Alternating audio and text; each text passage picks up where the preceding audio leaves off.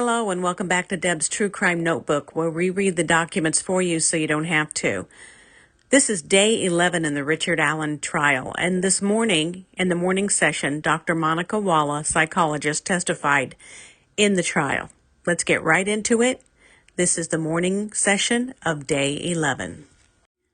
Court reconvened at 9:09 a.m. Judge Gohl indicated that there were logistical security issues that needed addressing, which accounted for the delay. Nancy Grace is present in the courtroom today. The prosecution requested a sidebar that lasted 15 minutes at 9:25 a.m. The jury entered, and Judge Gohl informed them that their contact with phones had been supervised once again. The state called Dr. Wala, a clinical psychologist who is a contractor and lead psychologist at Indiana Department of Corrections at the Westville Correction Unit. Wala explained to the jury that she manages the more serious cases at Westville. Initially, she was the only professional working with Allen, but later, other specialists, including psychiatrists, also began to see him. She recounted her meetings with Allen, noting that he was unshackled and seated in a cubicle during their sessions, which began in 2022. Wala described Allen as being on suicide watch, monitored every 15 minutes by a suicide companion. She stated that things had obviously taken a turn as Allen was provided with a safety blanket and a kimono outfit. Wala expressed her desire for Allen to have what he needed. Although she could not control the conditions of his cell, she stated or started her sessions by inquiring about his well-being and noted that he seemed educated and had researched his background. At times, she remarked, he was an effective communicator. Dr. Wala said Allen told her, "I killed Abby and Libby," and he became tearful. Wala said Allen told her he made sure they were dead because he didn't want them to suffer. Wala told the jury that Allen told her his intentions were sexual in nature. He told her he thought the girls were 18 or 19, but thought they could have been as young as 11. Wala said Allen told her he's been selfish all of his life. Allen told her he wanted to apologize to the victims' families. Wala said Allen claimed he molested his sister and experimented sexually with male and female children his age when he was a kid. Wala said Allen told her this is where he thought the problem started. Wala told the jury Allen said he had been an alcoholic twice since 2011. Allen told her he accepted God on March 21, 2023, and expressed remorse for the killings. Wala said Allen expressed appreciation for being clothed and fed at Westville. He asked for Bibles and slept with one. She said he asked to speak with a chaplain. Wala informed the jury that Allen exhibited a bizarre smile and suggested he experienced memory lapses. She noted that he confessed in a very matter-of-fact manner and believed he could have been deliberate and influential in his confessions. Wala mentioned being aware that he had composed confessions upon request and sought an interview with him. She described Allen's typical eye contact as sometimes intense, observing intermittent gazing that would then appear normal. His emotions seemed to fluctuate. Wala told the jury that Richard was capable of talking about things concisely and chronologically. She thought his depression had improved. Wala said a meeting on May 2, 2023 was very focused on the same topics as before. Allen said he killed Abby and Libby, that he will kill everyone, and mentioned starting World War III. Wala said she asked if Allen would kill himself. Allen told her other inmates tell him to do that. She said Allen told her he would kill himself by standing on the sink, but said he didn't want to. Allen said, "I am insane." When asked why he consumed feces, Allen said he wanted to die. Wala said Allen did not present as psychotic, that she thought at this point he was in brief psychotic disorder remission. Wala reported that Allen broke his tablet and they discussed the possibility of getting him a television, which he declined. She informed the jury that there were no signs of hallucinations, but noted that Allen exhibited disordered speech.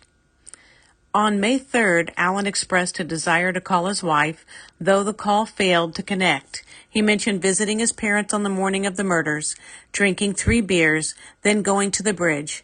Allen told Wala that he cut the girls' throats.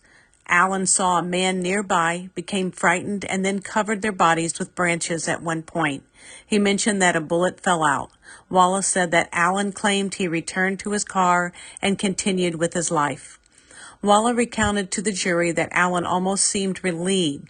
He expressed to her that if he were to die, he wanted his wife to know he loved her. She noted that Alan repeatedly stated he didn't want to miss Easter at this time. Wala indicated that Alan showed no signs of psychotic symptoms. Furthermore, Wala presented a document dated May 5th, 2023, which indicated that Alan's monitoring changed from being constantly observed to closely watched. She explained that he reverted to being watched every 15 minutes, a change that suggests improvement. On May 9, 2023, Alan stated to Wala, "I just want to sign my confession." Wala noted that Alan spoke of self-harm, snapping his neck, and mentioned planning his last meal, but he did not show signs of exhibiting erratic behavior.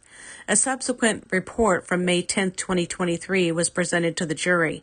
Wala explained that the visit started well, but Alan became distressed because he was unable to use a phone. After Wala provided him with a phone, he called his wife. Wala recounted to the jury that she left the room, but Alan expressed a desire to call her back to say he did it. She further testified that Alan called back, asking his wife and family if they loved him, and confessing, "I killed Abby and Libby." He reportedly said this during the call, according to Dr. Wala. Wala informed the jury that his wife, Kathy, asked him to stop saying that before the phone call ended. He recounted that Alan later mentioned to her that Kathy did not believe him. Wala stated that he expressed affection towards Kathy during their phone conversation. The jury then reviewed a report dated May 11, 2023. Wala described how Alan began the meeting by expressing a desire for closure and wishing to apologize to the families. Alan stated that he wanted to go to heaven and wanted to die and say goodbye to family.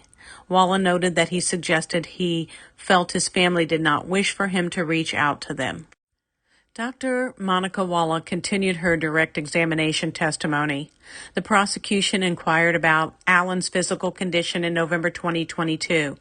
Wala informed the jury that he weighed approximately 180 pounds and had started refusing meals while over-exercising. She noted that the exercise initially appeared positive. Wala explained that missing 3 meals does not require a report, but if you miss 4 meals, it must be reported. She mentioned that Alan was careful not to skip the 4th meal. She referenced another report from November 10, 2022, where Alan expressed feeling like a burden and was unsure about whom to discuss his case with, as he had not yet been assigned a public defender. The next report presented was from April 7, 2023. Wala conveyed to Alan that he had confessed and warned him that doing so was not in his best interest, as it could attract media attention. She shared with the jury that she perceived Alan's confusion as becoming more apparent and believed he was intentionally feigning it. The report from April 10, 2023 states that she noticed faking symptoms. She said Alan was naked during this meeting, that there were papers on the floor, and he was doing unknown things to his penis and talking about his wife. Wala tells the jury that the papers on the floor were the discovery paperwork for the case. Wala told the jury it appeared he received the discovery around the time he started confessing. She said the prison warden did not want other incarcerated individuals to see the discovery papers, and that is why the guards started watching him instead of other inmates. The next report is from April 12, 2023.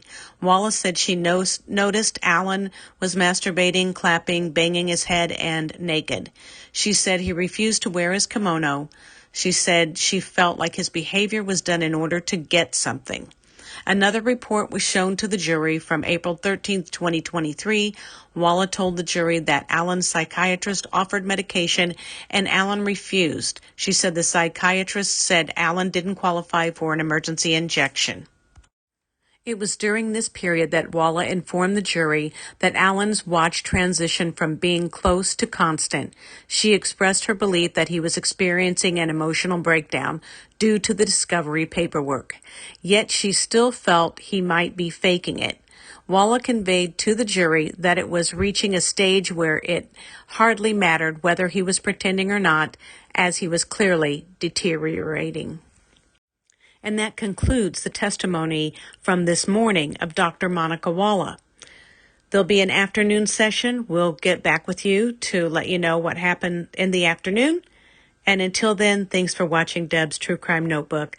Don't forget to do all the things for me and leave us a comment. I'd like to see what your thoughts are at this point after listening to so many confessions over the last 2 days.